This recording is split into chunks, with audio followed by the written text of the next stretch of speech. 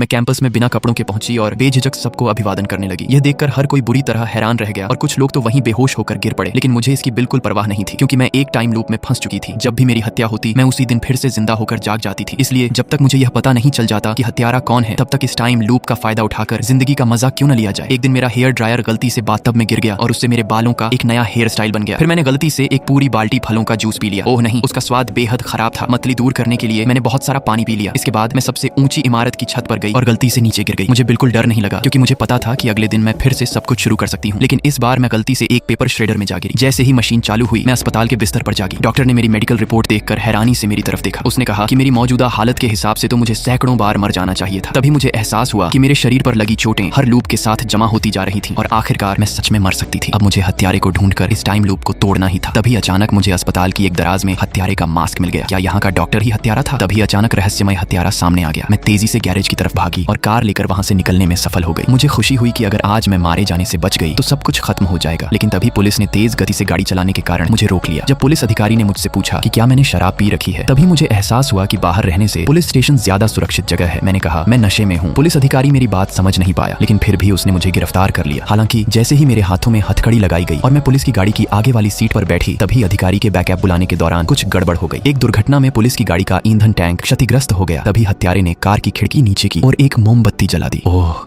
मैं एक बार फिर पुनर्जन्म लेकर उसी दिन वापस आ गई। लेकिन इन बार बार दोहराते लूप्स ने मुझे अंदर से बेहद दुखी कर दिया था। एक रेस्टोरेंट में बैठकर मैं अपने बॉयफ्रेंड से अपनी बदकिस्मती की शिकायत कर रही थी। तभी अचानक एक खबर ने हमारा ध्यान खींच लिया। महिलाओं को निशाना बनाने वाला एक अपराधी गोली लगने के बाद अस्पताल में इलाज करा रहा था। पिछले लूप में हत्यारे को अस्पताल में देखने की बात याद करके मुझे यकीन हो गया कि वही अपराधी मुझे मारने की कोशिश कर रहा था। इसलिए मैं तुरंत अस्पताल पहुंची, एक फायर एक्स घोड़ा उठाया और चुपके से उस वार्ड में घुस गई। लेकिन वहां पहुंचकर मैंने देखा कि सुरक्षा में तैनात पुलिस अधिकारी पहले ही मारा जा चुका था। मैं वापस मुड़ने ही वाली थी कि तभी मैंने घबराकर लिफ्ट के बटन दबाने शुरू कर दिए। लेकिन हत्यारा पहले ही मेरे करीब पहुंच चुका था। उसने अपना मास्क उतारा।